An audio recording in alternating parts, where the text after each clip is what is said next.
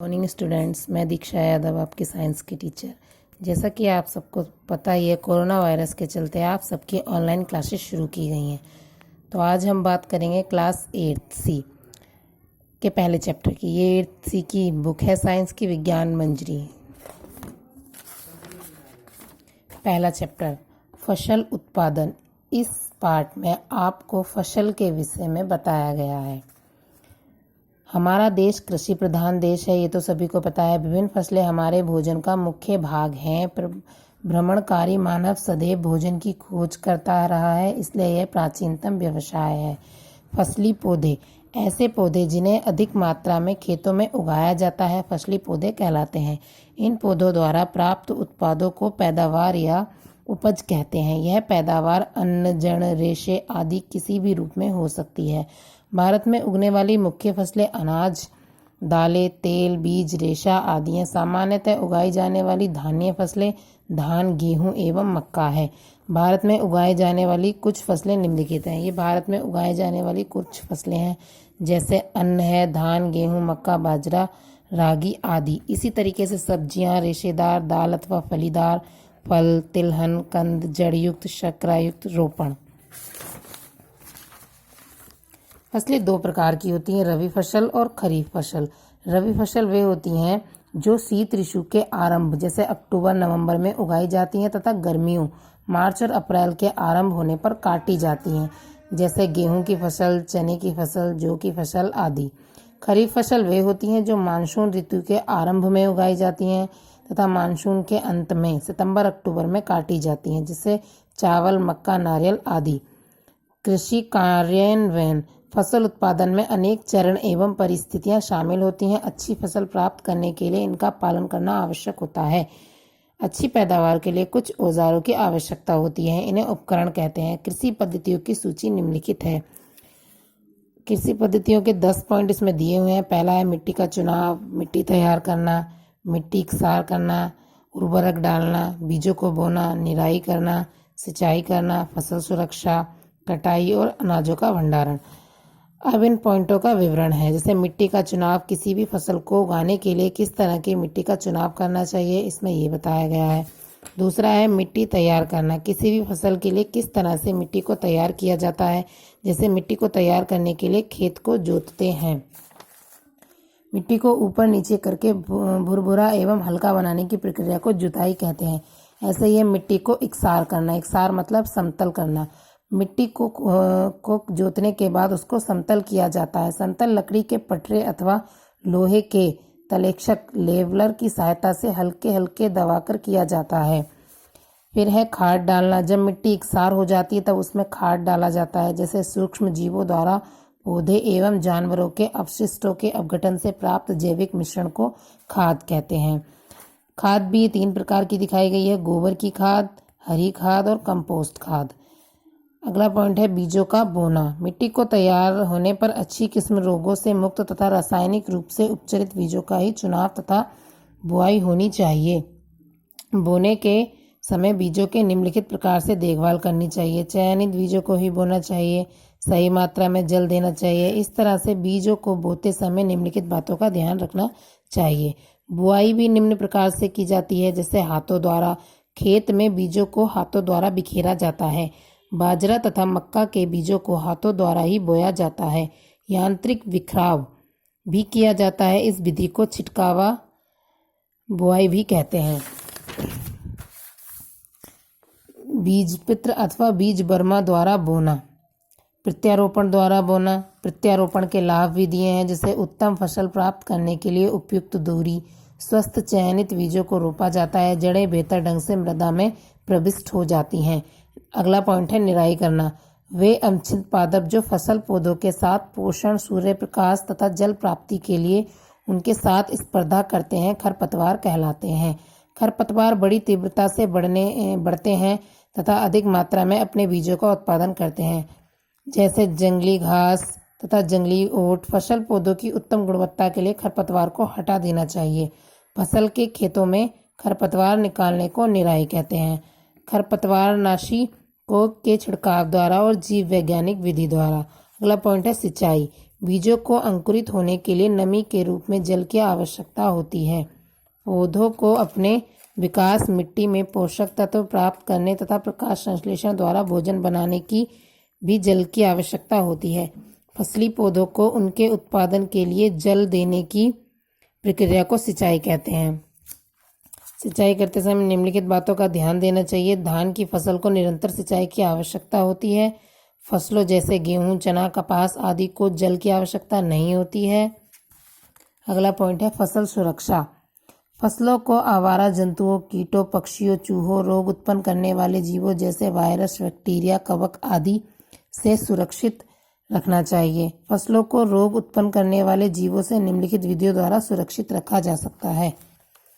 अंकुरण से पूर्व बीजों को कवकनाशियों से उपचारित करना चाहिए। कीटनाशकों, पीड़कनाशकों तथा कवकनाशकों के छिड़काव द्वारा।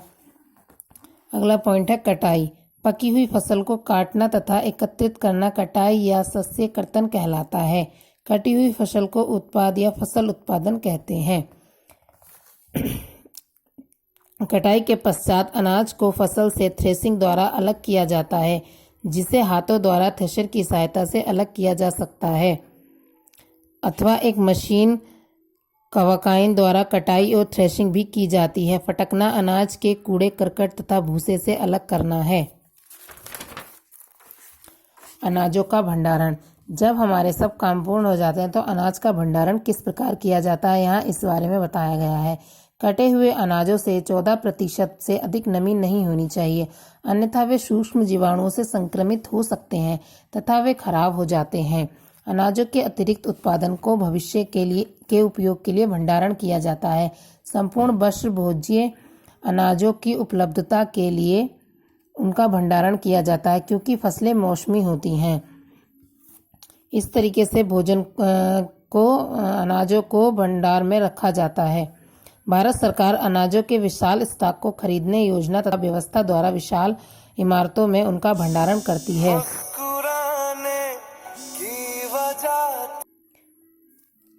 इससे सभी ऋतुओं में अनाज की उपलब्धि सुनिश्चित हो जाती है कि अगर देश के किसी भाग में मानसून ना आए अथवा सूखे की स्थिति पैदा हो जाए। Cold storage. जहां पर भोजन को रखा जाता है, अनाजों को रखा जाता है, उस स्थान को कोल्ड स्टोरेज कहते हैं। शीघ्र खराब होने वाले भोज्य पदार्थों का कम तापमान पर सुरक्षित भंडारण किया जाता है। भोज्य पदार्थों का घरों, फ्रिजों अथवा आइस बॉक्सों में भंडारण किया जाता है। छोटे स्तर पर डीप फ्रीजरों का भी प्रयोग किया जाता है। फसल विकास। भारत की जनसंख्या लगभग 125 करोड़ का आंकड़ा पार कर चुकी है, इसलिए अनाज के उत्पादन में विशाल वृद्धि की आवश्यकता होती है। 1960 से 1980 के मध्य अनाज उत्पादन में अत्यंत वृद्धि हुई, जिसे हरित क्रांति कहते हैं। इस क्रांति के फलस्वरूप अनाज उत्पादन में भारत आत्मनिर्भर हो गया। यह भारतीय कृषि के लिए स्वर्णिम काल था। यह निम्नलिखित तरीकों द्वारा ही संभव हो पाया था, जिसे कृषि भूमि का क्षेत्रफल बढ़ाकर, मृदा उर्वरकता को उर्वरकों के प्रयोग द्वारा सुधार कर, इस तरीके से इसको सफल बनाया गया। अगला है संकरण। पादप प्रजनन की तकनीकी को नई किस्मों का विकास करने के लिए पिछले कुछ दशकों से ही अपनाया गया है। इस तकनीक को संकरण कहते हैं। इस प्रकार उत्पन्न हुई किस्मों को उच्च उपज वाली किस्में अथवा संकर मिश्रित किस्में कहते हैं। संकरण विधि में निम्नलिखित चरण होते हैं। 2 ऐसी वर्तमान किस्मों का चयन होता है जिनमें प्रत्येक में वांछित गुणों में से एक गुण होते हैं, जैसे एक उच्च उपज वाली तथा अन्य रोग प्रतिरोधक क्षमता वाली। अगला है मृदा सुधार। पौधे अपना पोषण मुख्य रूप से मिट्टी की नम परत से प्राप्त करते हैं। समय समय पर मिट्टी में सुधार की आवश्यकता होती है, क्योंकि फसलों को बार बार उगाने से मिट्टी के पोषण तत्वों में कमी आ जाती है। मिट्टी की उर्वरकता के स्तर को बनाए रखना मृदा सुधार अथवा संशोधन कहलाता है। फसल चक्रण विधि। 2 विभिन्न प्रकार की फसलों को एकांतरी रूप से यानी कि बदलकर लगाने से मिट्टी के पोषक तत्वों को कम या समाप्त होने से रोका जा सकता है। मिश्रित खेती।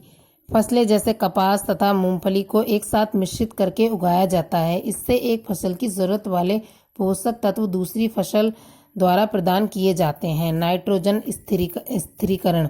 वातावरण की नाइट्रोजन आयतन से 78% को उसी रूप में जीवित प्राणियों द्वारा उपयोग में नहीं लाया जा सकता। इसे समांगीकृत नाइट्रोजन यौगिकों में परिवर्तित करके ही पौधों द्वारा उपयोग में लाया जाता है। इस परिवर्तन को भी दो विधियों द्वारा किया जाता है, प्राकृतिक नाइट्रोजन स्थिरीकरण और नाइट्रोजन का सहजीवी स्थिरीकरण। कृत्रिम नाइट्रोजन स्थिरीकरण। अमोनिया का निर्माण। महत्वपूर्ण रसायन अमोनिया का निर्माण उपयुक्त परिस्थितियों में वातावरण नाइट्रोजन में हाइड्रोजन की क्रिया द्वारा होता है। इसे अमोनिया उत्पाद की हैवर विधि कहते हैं। नाइट्रिक अम्ल का निर्माण। नाइट्रोजन चक्र। वायु में लगभग 78% नाइट्रोजन होती है। इसकी सांद्रता वायु से लगभग स्थिर रहती है। इसका उपभोग एवं उत्पादन इस प्रकार होता है कि वायुमंडल में इसकी सांद्रता लगभग स्थिर रहती है। जैव मंडल में जैविक तथा अजैविक घटकों हवा, जल, मिट्टी, पौधे एवं पक्षी के द्वारा नाइट्रोजन के परिचालन को नाइट्रोजन चक्र कहते हैं। यह नाइट्रोजन चक्र का चित्र। अगला है जंतुओं से प्राप्त होने वाला भोजन। वे भोजन जो हमें जंतुओं से प्राप्त होता है वह जंतुओं से प्राप्त होने वाला भोजन कहलाता है। ये तो सभी को पता है। जंतुओं के उपभोग या उत्पाद। पशुधन। पशुधन किसे कहते हैं? मवेशी, भैंसे, भेड़, बकरी, सूअर, घोड़े तथा ऊंट आदि को पशुधन कहते हैं, जिन्हें उपयोग अथवा लाभ के लिए रखा जाता है। जैसे डेयरी। वे जंतु जो दूध का उत्पादन करते हैं उन्हें दुग्ध जंतु कहते हैं, जैसे गाय तथा भैंस। बड़े पैमाने पर दुग्ध जंतुओं को दूध तथा दुग्ध उत्पादों के लिए पालना डेयरी उद्योग कहलाता है। गाय की नस्लें। भारतीय नस्लें, विदेशी नस्लें, उन्नत उच्च किस्में। भैंसों की नस्लें हरियाणा तथा पंजाब, मुर्रा गुजरात, मेहसाना गुजरात, सुरती। अब है संकरण। संकरण पारंपरिक विधियों द्वारा तथा कृत्रिम विधियों द्वारा उच्च उत्पाद किस्मों के उत्पन्न करने की क्रिया को कहा जाता है। इसमें पारंपरिक विधियां और कृत्रिम विधियां। पारंपरिक विधियां वे होती हैं जो पहले से चली आती हैं और कृत्रिम विधियां वे होती हैं जो मनुष्य ने अपने आप द्वारा निर्धारित की हैं। कृत्रिम विधियों द्वारा शुक्राणुओं के प्रविष्ट करने के लाभ भी होते हैं। पशुओं से हमें अनेक उपयोगी पदार्थ प्राप्त होते हैं, अतः हमें भी इनकी देखभाल उचित ढंग से करनी चाहिए। जैसे भोजन प्राप्त होता है, छटाई, देखभाल, प्रजनन आदि। तो ये था आपके चैप्टर 1 का अध्ययन। ये इसका बुक वर्क है जो कि आपको आपके विद्यालय पुनः चालू होने पर करा दिया जाएगा। अब हम बात करते हैं इस चैप्टर के क्वेश्चन आंसर की। पहले की तरह पहले आपको कॉपी में अपना इंडेक्स बनाना है। यहाँ चैप्टर क्रम, चैप्टर का नाम, पेज नंबर, ये आपके क्वेश्चन आंसर है जहाँ आप पहले चैप्टर डालेंगे, फिर चैप्टर का नाम। इसका आपको PDF बनाकर आपके व्हाट्सएप ग्रुप में सेंड कर दिया जाएगा। आप सबको ये काम आपकी कॉपी में जल्द से जल्द पूरा करना है। कोई भी बच्चा साइंस की कॉपी नहीं बनाएगा, सभी लोगों को साइंस का एक रजिस्टर बनाना है। Thank you.